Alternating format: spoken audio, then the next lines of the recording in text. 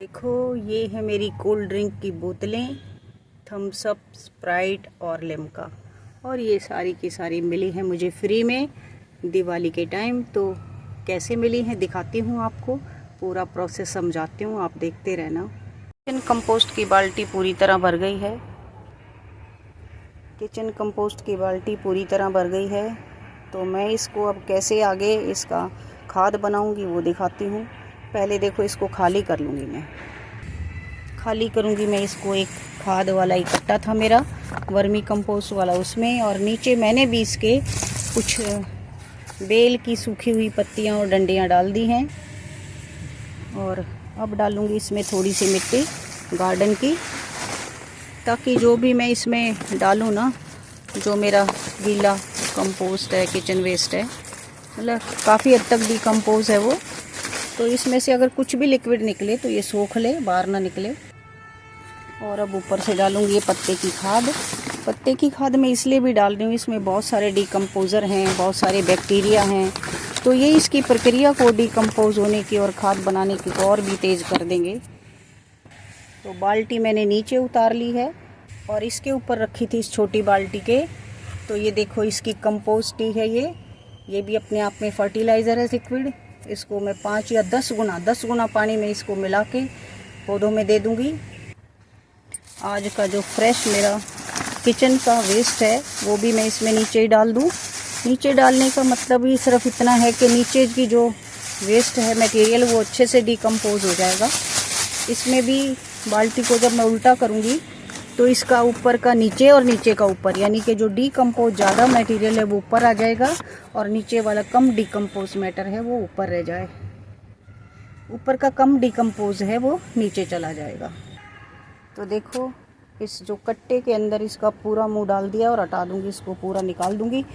और ये बाल्टी देख लो आप एक बार, इसको मैं जूम करके दिखा दूं।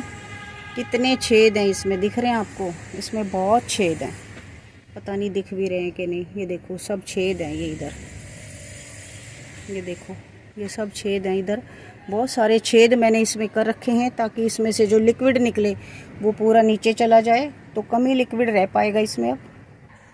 और ये देख लो, पूरी तरह से नीचे का जो मैटर है वो पूरी तरह से डिकम्पोज है। मैं थोड़ा दूर करके दिखा दूँ।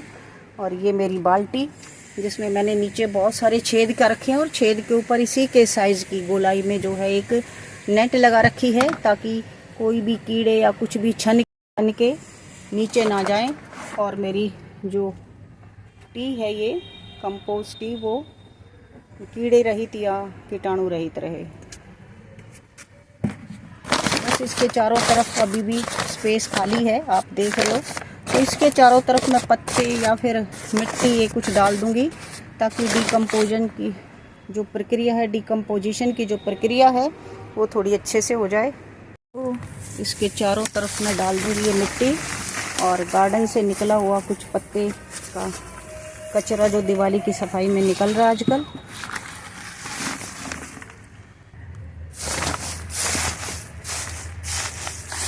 चारों तरफ लगा दूँगी। साइड में सारी लगाने के बाद और भी डाल दूँगी। अभी मैं इसको, जब तक ये आसपास से पूरा नहीं भर जाएगा, मैं पूरा डालती रहूँगी। और देखो, इसमें मैंने गत्ते के टुकड़े, कुछ अखबार वगैरह ये भी डाल दिए हैं, कुछ लकड़ी के टुकड़े भी हैं इसमें, गली सड़ी लकड़ी के टुकड़े। तो ये सभी डिकम्पोज हो जाएंगे धीरे धीरे। ये देखो, और फिर अब इसको बांध दूँगी मैं। बस एक प्रक्रिया का ध्यान अवश्य रखें कि इसमें छेद ज़रूर होने चाहिए, ऑक्सीजन आने की जगह होनी चाहिए, तभी ये खाद जो है अच्छे से बन पाएगा। और छांव में रखें, मेनली जो है छांव में रखना होता है। तो देखो, खूब सारे वीड वगैरह सूखे हुए, उनसे सबसे भर दिया मैंने इस कट्टे को, और इसका मैं मुंह बांध दूंगी अब। तो देखो, इसका मैंने मुंह बांध दिया अच्छे से, थोड़ा ढीला ही बांधा है ताकि ऑक्सीजन यहाँ से भी चली जाए। और ये रस्सी बांध दी अच्छे से, यहाँ देखो, है ना। और ये भी अब देखते हैं, केंचुए द्वारा निर्मित जो जैविक खाद का कट्टा था, तो किसी ने कहा था इस तरह से भी केंचुए डेवलप हो जाते हैं। देखती हूँ मैं होते हैं कि नहीं होते। ये एक्सपेरिमेंट भी हो जाएगा और मेरा खाद भी बन जाएगा। 1-2 जगह नीचे भी मैं इसमें छेद कर दूँ थोड़े थोड़े, है ना, ताकि ये और अच्छे से इसमें ऑक्सीजन चली जाए। खाद की प्रक्रिया के लिए बहुत ज़रूरी है। बस आज इतना ही इसमें तो, और इसका लिक्विड भी दिखा रही हूँ अभी। और अब करूँगी मैं इस लिक्विड फर्टिलाइज़र को स्टोर। तो देखो ये कैंपा की बोतल जो खाली है ये मेरे किस काम आती है, इसी काम आती हैं। तो इनको मैं भर लूँगी।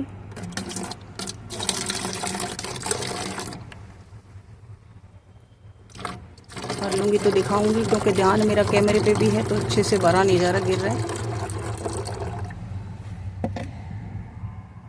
तो देखो भाई मेरा गिर रहा था खाद, तो मैंने बाल्टी में रख लिया, और जो इसके बीच में गिर गया ना उसको मैं पानी में मिला के पौधों में डाल दूँगी। तो इस तरह से मैं पूरी बोतल भर के रख लूँगी, और इसको जब पौधों में दूँगी तो कम से कम, बहुत ही स्ट्रॉन्ग है ये, कम से कम 10 गुने पानी में इसको मैं मिक्स करके ना तब दूँगी, थोड़ा थोड़ा रात के टाइम पे। और आगे की प्रक्रिया फिर से दिखाती रहूँगी, देखते रहना कि मैं कैसे बनाती हूँ किचन कंपोस्ट को अच्छी तरह से, और लिक्विड इसकी जो चाय है उसको कैसे यूज़ करती हूँ, किस तरह से किचन वेस्ट कंपोस्ट बनाती हूँ। इसकी पूरी प्रक्रिया मैंने दिखाई थी आपको, और अब फिर से दिखा रही हूँ ये चीज़ के मैं कैसे कैसे डालती हूँ किचन के वेस्ट को। ये मैंने पहले ही दिखा दिया था, छेद बने हुए मेरी बाल्टी में, साथ ही दिखाया था ये कंपोस्ट टी है जो निकलती है, और इसको मैं रख देती हूँ छेद को, ये बाल्टी को इसके ऊपर। अभी पूरी तरह खाली नहीं की है मैंने इसको, कुछ बोतल भर ली थी, कुछ अभी बचा हुआ है, तो इसके ऊपर बाल्टी पूरी फंस जाती है, इसलिए मैंने अब की बार कुछ ऐसा जुगाड़ किया है, इसको रख दिया इसके ऊपर। और अब डाल रही हूँ पत्तों की लेयर। ये सूखे पत्ते हैं जो मुझे या तो अपने गार्डन से आप ले लें, या फिर आपको कहीं से भी मिले वहीं से ले लें। इसके ऊपर डाल दें थोड़ी सी मिट्टी गार्डन की, ताकि जितना भी किचन की जो छिलके हैं, वो सब्जियां हैं, वो निकले ना, उनमें से कुछ रस या पानी तो निकलता है, तो वो ये सोख ले। और अब ऊपर से डाल दें छिलके किचन के, ताज़ी हों या 2-3 दिन पुराने हों, जैसे भी हों डाल दें आप। मैंने तो डाल दिए। देखो इसमें चाय की पत्ती भी है। मैं ज़्यादातर बारिश में और ऐसे मौसम में इन सब को एक साथ ही बना लेती हूँ। केले के छिलके भी हैं, चाय की पत्ती भी है, प्याज के भी हैं। वैसे आप चाहें तो प्याज के छिलके और केलों को अलग भी कर सकती हैं, और इसके साथ ही सभी तरह के छिलके हैं, चाहे वो मूंगफली के हों या कुछ भी हो। तो मैंने इसमें पिस्ते के छिलके भी डाल दिए हैं, थोड़े से देर से डिकम्पोज हो जाएंगे, कोई बात नहीं। और फिर ऊपर से इसी तरह से मिट्टी ऊपर से फिर डालें यही किचन वेस्ट। ये कई दिन का है तो इसलिए मैंने रखा हुआ था कि जिस दिन भी मैं वीडियो बनाऊंगी मुझे थोड़ा ज़्यादा चाहिएगा। तो आलू के छिलके भी हैं इसमें, आप चाहें तो आलू के छिलकों को और इनको अलग से भी बना सकती, सुखा भी सकती हैं, लेकिन मैं यहाँ भी रखा हुआ था तो कई दिन का मैंने किचन वेस्ट कंपोस्ट बना रखा था। और मिट्टी, ये लेयर थोड़ी बहुत आगे पीछे भी हो जाए तो कोई फ़र्क नहीं पड़ता। कुल मिला के इसमें से जो भी टी निकलेगी या जो रस्सा निकलेगा वो मिट्टी और पत्ते सोख लें और वो भी डिकम्पोज हो जाएं, ये बहुत ज़रूरी है। और मेरे पास तो थोड़ा सा गोबर भी रखा था, है ना, पुराना हो गया था और रखा था, तो मैं वो भी डाल रही हूँ, क्योंकि डायरेक्ट गोबर को हम अगर पौधों में डाल दें, कुछ ना बनाएं, तो फिर थोड़ा सा मुश्किल हो जाता है। ये जो पौधे हैं ना जल जाते हैं, बहुत गर्मी होती है गोबर में। फैला दिया इसको। और भी गोबर के कुछ नए खाद बनाने सिखाऊंगी मैं आपको, जिनको हम आसानी से अपने पेड़ों में दे सकते हैं और जलेंगे नहीं। वो देखो किस तरह की मक्खियाँ गोबर में आ जाती हैं। तो मेरा थोड़ा पुराना हो गया, आप जल्दी करें बनाए तो और अच्छी बात है, बदबू नहीं आएगी। और फिर से ऊपर पत्ते, ये देखो, फिलहाल ये भरी नज़र आ रही है लेकिन बहुत जल्दी नीचे हो जाएगी। और इसके साथ ही मैं थोड़ा सा सूखा बना हुआ खाद भी डाल देंगे इसमें, चाहे वो किचन वेस्ट हो, चाहे वो वर्मी कंपोस्ट हो, ये भी थोड़ा सा डाल देंगे। तो इसके अंदर जो बैक्टीरिया होते हैं ना, वो इसको कंपोस्ट को बनाने की स्पीड जो है और भी तेज़ कर देंगे। अगर ये 3 महीने में बनने वाला होगा तो महीने भर में ये बना देंगे। और ये सारी प्रक्रिया मैं ऐसे ही करती रहती हूँ, जैसे जैसे मुझे जो जो सामान मिलता है। तो आप भी इसी तरह से करें और इसे हल्का ढक दें, थोड़ी सी हवा ज़रूर जाने दें। मैं तो इसे पूरा ना ढक के थोड़ा सा ऐसे ही ढक देती हूँ, हल्का सा हवा जाने का छोड़ देती हूँ। मेरा जो वेस्ट था वो गीला था, तो अपने आप ही गीलापन उसमें से निकल के बाकी भी पत्ते और मिट्टी गीली हो जाएगी। अदरवाइज़ आप थोड़ा सा इसमें लस्सी डाल सकते हैं या गुड़ का पानी डाल सकते हैं, इसकी स्पीड और गीलापन बनाए रखें।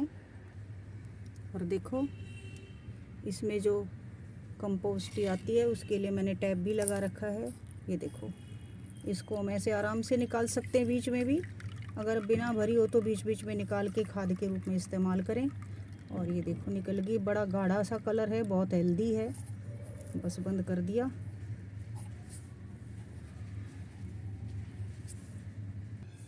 और बड़ी कम मात्रा जो है इसमें हम डालेंगे, बस इतनी डालेंगे कि ये जो ना इसका कलर चाय के जैसा हो जाए। आप देखो चाय जैसा कलर हो गया है। ज़्यादा अगर इस्तेमाल करेंगे तो पौधा जल जाएगा। खाद की मात्रा ज़्यादा नहीं होनी चाहिए, है ना। बस इतना ही डालेंगे, बहुत कम इस्तेमाल हुई है और मैं दिखाती हूँ इसको डाल के। रिज़ल्ट बहुत अच्छे आते हैं, आप देखते हो मेरी हार्वेस्टिंग भी। और ये देखें इसमें डालूँगी मैं, है ना। बहुत ज़्यादा सूखा नहीं होना चाहिए, गीली मिट्टी है नीचे। कभी भी खाद डालें तो बहुत ज़्यादा सूखा नहीं होना चाहिए वहाँ पे। ये देखो, बस ये बड़े पॉट में मैंने पूरा ही डाल दिया, पानी की ज़रूरत थी। और इस तरह से इस्तेमाल करें, फिर देखें आपके रिज़ल्ट।